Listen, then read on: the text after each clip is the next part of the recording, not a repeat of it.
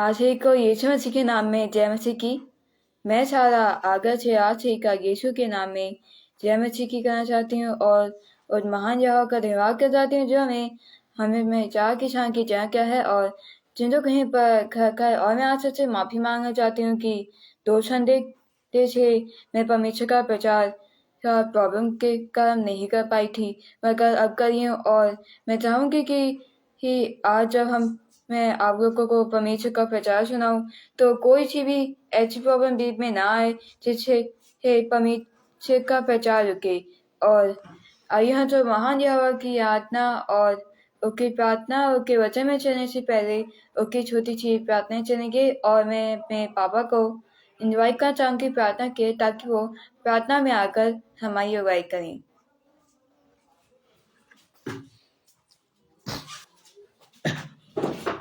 सबको जय मसीह की, प्रेज द लॉर्ड। आइए हम लोग सब प्रार्थना में चलते हैं। धन्यवाद धन्यवाद धन्यवाद करते हैं महान पिता परमेश्वर, हम आपका धन्यवाद करते हैं। आपने हमें दिन भर आराम से रखा, इस शाम में आपने हमें अपने वेदी के नजदीक आने का मौका दिया। हम आपका धन्यवाद करते हैं। हम धन्यवाद करते हैं भगवान देवी जी का, जिनका पेज आगरा मंदिर, इस पेज के लिए हम धन्यवाद करते हैं कि आपने ये पेज इनको दिया। खुदा आप हम दुआ करते हैं ये पेज बहुत आय से बांधने पाए खुदा, ताकि इस पेज के द्वारा खुदा लाखों आत्माएं बचाई जा सके। खुदा हम धन्यवाद करना चाहते हैं कि आपने हम लोगों को खुदा आपकी महिमा के लिए चुना, और हम धन्यवाद करते हैं कि आपने भाई को के मन में डाला खुदा, उनको और मेरे सिस्टर की दिमाग में डाला खुदा आप कि वो इस पेज को शुरू करें। और खुदा याद पर अनुग्रही है खुदा आपकी ये पेज उनका खुदा दिन पे दिन बढ़ता जा रहा है खुदा, इसके द्वारा खुदा लाखों आत्माएं बचाई जा रही। आपका धन्यवाद करते हैं। धन्यवाद करते हैं खुदा इस पेज को जब भी लोग बात सुने खुदा आपकी आशीष मिलने पाए खुदा। आप धन्यवाद करते हैं कि आपने मेरे परिवार को भी अपनी महिमा के लिए चुना, उसके लिए आपका धन्यवाद करते हैं खुदा। दुआ करते हैं लोगों के लिए खुदा, आप इस ठंड के मौसम में खुदा बुजुर्ग के लिए खासकर उनको खुदा और खुदा संभालिए तक, और खुदा ये ठंड को कम कर दिए खाली खुदा आप जो खुदा आप ठंड में परेशान है खुदा वो परेशान था खुदा, और खुदा जिन पे जो पहनने उड़ने के लिए इंतजाम नहीं खुदा, उनके लिए खुदा आप इंतजाम करिए खुदा। हर इंसान की दुआ करते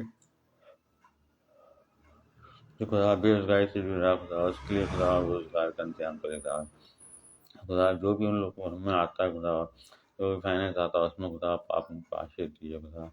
नेटवर्क की जो भी गड़बड़ी हो खुदा, उसको हम आपके नाम से मानते हैं खुदा। बस दुआ को आपके बेटे हमारे उद्धार करता है, फिर यीशु मसीह के नाम में मांगते हैं, आमीन। सबको जय मसीह की, प्रेज द लॉर्ड, हालेलुया। मैं अपने पापा का धन्यवाद करना चाहती हूँ जो हमें प्रार्थना में हमारी अगुवाई कर रही है। हम सब अब महान परमेश्वर की ही आराधना में चलते हैं। आराधना हो आराधना, खुदावन यीशु की आराधना। आराधना हो आराधना, खुदावन यीशु की आराधना। मुक्तिदाता की आराधना, शांतिदाता की आराधना। आराधना हो आराधना, खुदावन यीशु की आराधना। आराधना हो आराधना, खुदावन यीशु की आराधना। खुशी खुशी मनाओ, खुशी खुशी मनाओ, खुशी खुशी मनाओ, खुशी खुशी मनाओ। बोलो बोलो मसीहा की जय जय जय, बोलो बोलो मसीहा की जय जय जय। मेरे लिए आया, मेरे लिए जिया, मेरे लिए आया, मेरे लिए जिया। मेरे लिए यीशु ने दुख उठाया, मेरे लिए यीशु ने दुख उठाया। मेरे लिए मारा गया, मेरे लिए गाड़ा गया, मेरे लिए मारा गया, मेरे लिए गाड़ा गया। मेरे लिए भी उठा मेरा है मसीह, मेरे लिए भी उठा मेरा है मसीह। मैं मसीह का हूँ, हम सब मसीह के हैं। खुशी खुशी मनाओ, खुशी खुशी मनाओ, खुशी खुशी मनाओ, खुशी खुशी मनाओ। बोलो बोलो मछिया की जय जय जय, बोलो बोलो मछिया की जय जय जय। तो आइए अब हम सब उस महान परमेश्वर के एक छोटे से वचन में चलेंगे। और मैं चाहती हूँ कि अच्छा भी वचन से परमेश्वर के बारे में जाने, क्योंकि मैंने 2 घंटे से परमेश्वर का पहचाने किया है। इसलिए मैं चाहती हूँ कि आपने बाइबल में जो वचन निकाल कर परमेश्वर के बारे में आपको को बताती हूँ, मैं चाहती हूँ आप वो वचन पर अपने पेन या पेंसिल से निशान लगाएं। तो आइए अब हम सब परमेश्वर के वचन में चलते हैं। तो मैं चाहती हूँ कि आप लोग भजन संहिता उसकी 23 आयत यह निकालें और मैं अध्याय ने और उसका एक अध्याय निकाल कर उसे पढ़ें, जिसमें लिखा है, यहोवा मेरा चरवाहा है, मुझे कुछ क्षति ना होगी। इसका मतलब है कि यहोवा मेरा चरवाहा है और मुझे कोई भी या किसी तरह की भी कमी क्षति नहीं होगी। यानी कि जब किसी चीज पर यानी कि किसी चरवाहे की कोई भेड़ होती है, तो चरवाहा उसे अपनी भेड़ को किसी भी चीज की कमी क्षति नहीं होने देता है। जैसे परमेश्वर हमें किसी चीज की कमी क्षति नहीं होने देता है, वो हमें खाने की कमी क्षति नहीं होने देता है, वो हमें पानी की कमी क्षति नहीं होने देता है, वो हमें रहने की कमी क्षति नहीं होने देता है, वो हमें पैसों की कमी क्षति नहीं होने देता है, वो हमें पानी की कमी क्षति नहीं होने देता है, वहाँ हमें दवाई की कमी क्षति नहीं होने देता है, वो हमें किसी भी चीज की कमी क्षति नहीं होने देता है। तो और आइए अब हम सब वचन में आगे बढ़ते हैं। वह मुझे हरी हरी चराइयों में बैठाता है, वह मेरे शुद्धाई जल के झरने के पास ले चलता है, वह मेरे जी में जी ले आता है, धर्म के मार्गों में वह अपने नाम के निमित्त मेरी अगुवाई करता है। दूसरे अध्याय में जो लिखा है, इसका ये मतलब है कि यानी कि 23 अध्याय की दूसरी आयत में जो लिखा है, इसका ये मतलब है कि जब परमेश्वर की हम भेड़े होते हैं, तो वो हमें हमेशा हरी हरी चाह में चाहता है और छुट्टाई जगह छां दे जाता है। जब हम लोगों को प्यास लगती है, तो वे हम पानी पीने जाते हैं। वैसे ही जब एक छीप पर यानी कि एक चरवाहे की भेड़ों को जब प्यास लगती है और उस चरवाहे की भेड़ों को खुली जगह चाहिए होती है, तो वो चरवाहा अपनी भेड़ों को हरी हरी चराइयों यानी कि नीचे में ले जाता है और झरने के पास ले जाता है उनके प्यास बुझाने के लिए। वैसे ही परमेश्वर हमें हरी हरी चराइयों में चराता है, वह हमें आनंद की चराइयों में चराता है, वह हमें छुट्टाई जगह छां दे जाता है और हमें पानी पिलाता है, वह हमें उद्धार का पानी पिलाता है, जिसे पीकर हमें शांति मिलती है, पीस मिलती है। आकर हम लोग के ऊपर कई सारी प्रॉब्लम्स है, जिसके कारण हमें चैन नहीं मिल पाता है, जिस वजह से परमेश्वर हमारी उस सारी प्रॉब्लम को दूर करता है, उस सारे बोझ को हमारे चेहरे और हमारे दिमाग से दूर कर देता है और हमारे दिमाग को रिलैक्स कर देता है।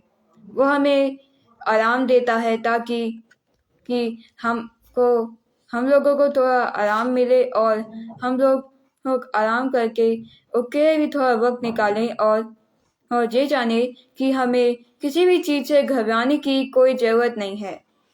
और तीसरी ही आयत में लिखा है, वह मेरे जी में जी ही ले आता है, धर्म के मार्गों में वह अपने नाम के निमित्त मेरी अगुवाई करता है। इसका ये मतलब है कि परमेश्वर हमारे जी में जी ले आता है और वो धर्म के मार्गों में अपने नाम के निमित्त मेरी अगुवाई करता है। इसका ये मतलब है कि परमेश्वर जब भी हम लोग हिचकिचाते हैं या तो बीमार होते हैं, तो परमेश्वर हमें वो बीमारी से निकालने के लिए हमारे जी में जी ले आता है और हमें वो बीमारी से बाहर निकालता है और धर्म के मार्गों में और उसके मार्ग में वह अपने नाम के निमित्त हमारी अगुवाई करता है। ताकि हम लोग उसकी अगुवाई करें, ताकि हम लोग परमेश्वर उसके साथ चलें।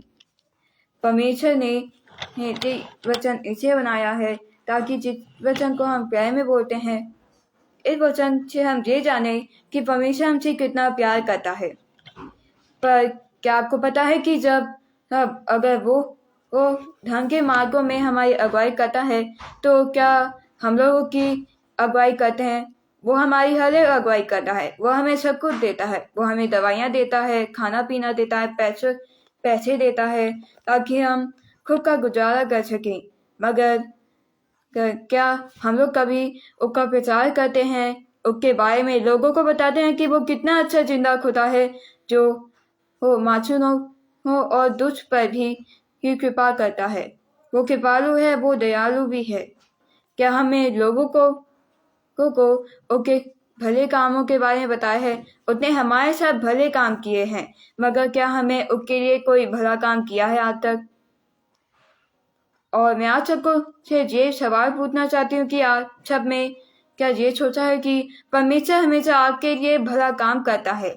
वो धर्म के मार्ग में आपकी अगुवाई करता है और आपको वो सारी चीजें देता है जिसकी आपको जरूरत है। यहाँ तक कि क्या आप लोगों ने उसके अच्छे कामों के बारे में किसी को बताया है? क्या आप लोगों ने ये सोचा है कि उसे कैसा लगता होगा कि मैं इनकी अगुवाई करता हूँ और ये मेरे बच्चे हैं, मगर ये मेरे बच्चे होने के बावजूद भी मेरे नाम के निमित्त मेरी अगुवाई नहीं करते हैं? क्या आप सब में एक बारे में सोचा है? मैं चाहती हूँ कि आप सब, अगर परमेश्वर ने आपके साथ भलाई के काम किए हैं और आपको वो सारी जरूरत की चीजें दी हैं जिनकी आपको जरूरत है, तो मैं चाहती हूँ कि आप लोग परमेश्वर की भी अगुवाई करें, उसका प्रचार करें और लोगों को बताएं कि वो कौन है और परमेश्वर के पीछे चलें, क्योंकि परमेश्वर का मार्ग ही हमें उस स्वर्ग की चीजों की ओर ले जाएगा जो हमें उसके पवित्र भवन में ले जाएगा। और आइए अब हम सब ओके वचन में आगे बढ़ते हैं। तो फिर आगे लिखा है कि चाहे मैं घोर अंधकार से भरी हुई तराइयों में होकर चलूं, तो भी हानि से ना डरूंगा, क्योंकि तू मेरे साथ रहता है। तेरे छोटे और तेरी लाठी से मुझे शांति मिलती है। इसका मतलब है कि चाहे हम लोग घोर अंधकार की भरी हुई तराइयों में से होके भी चलें, तो भी हमको हानि से कोई डर नहीं लगेगा, नुकसान से कोई डर नहीं लगेगा, क्योंकि परमेश्वर हमारे साथ रहता है। चाहे अगर हम लोग किसी भी प्रॉब्लम से गुजरे, किसी भी तरह की मुसीबत से गुजरे, किसी भी तरह के तूफान से गुजरे, किसी तरह की भी मौत से गुजरे, तो भी हम हानि से नहीं डरेंगे, क्योंकि वह हमारे साथ साथ हमेशा रहेगा और रहता आया है। और उसके छोटे और उसकी लाठी से हमें शांति मिलती है। जब चरवाहे की भेड़ें इधर उधर जाने लगती है और की बात नहीं मानती हैं, तो चरवाहा उन्हें अपनी लाठी की मदद से रोक देता है। वैसे ही माँ बाप अपने बच्चों के साथ करते हैं। जब माँ बाप के बच्चे कोई गलत काम कर देते हैं या कोई दुष्टाचार कर देते हैं या कोई गलती वगैरह कर देते हैं, तो माँ बाप के बच्चे उन्हें डांट देते हैं या मार देते हैं, पर सिर्फ उनके भले के लिए। वैसे ही परमेश्वर हमें बुराई के मार्ग से हटाने के लिए हमें डांट देता है या मारता है, ताकि हम लोग ये जाने कि बुराई का मार्ग हमारा नाश करेगा और परमेश्वर का मार्ग हमें अनंत जीवन देगा। अगर हम लोग तो परमेश्वर के भेड़े हैं, तो मैं चाहती हूँ कि आप लोग परमेश्वर के मार्ग पर चलें। उसकी छोटी और लाठी से हमें शांति मिलती है। जब हम लोग तो उसके बारे में बुरा भला कहते हैं या उसके बारे में कुछ बुरा करने लगते हैं, तो परमेश्वर गुस्से में आकर हमें डांट देता है, ताकि हम लोग ये याद कर सकें कि परमेश्वर ने हमें आज तक अपनी महिमा के युग किया है और हम लोग उसकी संतान हैं, परमेश्वर की संतान हैं। और आइए अब हम सब आगे के 2 आखिरी वचनों पर चलते हैं, जिनमें लिखा है, तू मेरे सताने वालों के सामने मेरे लिए मेज बिछाता है, तूने मेरे सिर पर तेल मला है, मेरा कटोरा उमड़ रहा है। निश्चय भलाई और करुणा जीवन भर मेरे साथ साथ बनी रहेगी और मैं यहाँ के धाम में सर्वदा वास करूंगा। यानी कि परमेश्वर हमारे सताने वालों के सामने में हमारे लिए मेज बिछाता है। यानी कि जैसा कि आप जानते हैं कि आज दुनिया में ऐसे कई लोग हैं जो आप लोगों को आके परमेश्वर के नाम से सताते होंगे और कहते होंगे कि और ये पूछते होंगे कि कहाँ है तेरा ईश्वर, कहाँ है तेरा परमेश्वर। अगर तुझे मृत्यु से डर लगता है तो वो तुझे तेरे सामने आकर तुझे खुद बचाने क्यों नहीं आता है। लोग आकर हमें हमारे परमेश्वर के नाम पर सताते हैं, मगर परमेश्वर हार नहीं मानता है। वो हमारे सताने वालों के सामने हमारे ये मेज बिछाता है। यानी कि वो हमारे सताने वालों के सामने में हमारे मेज बिछाता है। जब हमारे सताने वाले हमें सताते हैं और वो लोग जो हमें हमारे परमेश्वर के नाम पर परेशान करते हैं, बुली करते हैं, तो फिर परमेश्वर उन लोगों को सबक सिखाता है और उन लोगों और हमारे सामने और उन लोगों के सामने मेज बिछाता है हमारे लिए, ताकि वो उन लोगों को सबक सिखा सके और ये दिखा सके कि वही एक सच्चा परमेश्वर है और उस परमेश्वर की संतान पर या उसके पुत्र पुत्रियों पर अगर किसी ने भी ही को किया या उसके पुत्र पुत्रियों को मारा तो फिर परमेश्वर उसे छोड़ता नहीं है आसानी से। परमेश्वर उसका विनाश कर देता है। परमेश्वर हमारे लिए सब कुछ करता है। और एक आखिरी वचन में जब में लिखा है, निश्चय भलाई और करुणा जीवन भर मेरे साथ साथ बने रहेगी और मैं आगे धाम में सदावास करूंगा। इसका ये मतलब है कि परमेश्वर की भलाई और करुणा हमेशा हमारे साथ साथ बनी रहेगी, रहती आई है और रहेगी ही। और हम लोग परमेश्वर के वास में उसके भवन में सर्वदा वास करते रहेंगे। जब परमेश्वर आएगा तो भी उसकी भलाई और करुणा हमारे साथ ही बनी रहेगी और हम उसके साथ उसके पवित्र भवन में जाकर वहां पर हमेशा के लिए वास करेंगे। हमारे साथ परमेश्वर की भलाई और करुणा हमेशा से चलती आई है। उसकी भलाई और करुणा हमारे साथ है तो हमें किसी चीज से भी डरने की जरूरत नहीं है। इसीलिए परमेश्वर हमेशा हमारे साथ साथ रहता है। इसीलिए इस आखिरी आय में इसे लिखा है कि और मैं यहोवा के धाम में सदा वास करूंगा, यानी कि यहोवा के पवित्र भवन में सदा वास करूंगा और के साथ रहूंगा। मैं चाहती हूँ कि आप लोग मेरे एक बताए हुए इन वचनों से सीखे और जाने और ये जाने कि यहोवा मेरा चरवाहा है। वो हमें किसी चीज की कमी घटी नहीं होने देगा। वह हमारे के नाम के निमित्त हमारी अगुवाई करेगा। चाहे अगर हम किसी भी प्रॉब्लम से गुजरे, किसी मृत्यु से गुजरे, अपनी मौत से गुजरे, तो भी वो हमें बचा के रखेगा और लज्जित नहीं होने देगा। वो हमें प्रॉब्लम में नहीं पड़ने देगा और उसके भलाई और करुणा हमेशा उसके लोगों और उसके विश्वासियों के साथ बनी रहेगी जो उसके के वचनों के द्वारा और की कही हुई बातों के द्वारा चलते हैं। जिन्होंने उसका द्वार पाया है उनके द्वारा चलते हैं। उन लोगों के साथ हमेशा परमेश्वर की भलाई और करुणा बनी रहेगी और वो लोग भी हमारी तरह ही परमेश्वर के भवन में वास करेंगे। जब परमेश्वर आएगा तब भी उसकी भलाई और करुणा हमारे साथ बनी रहेगी।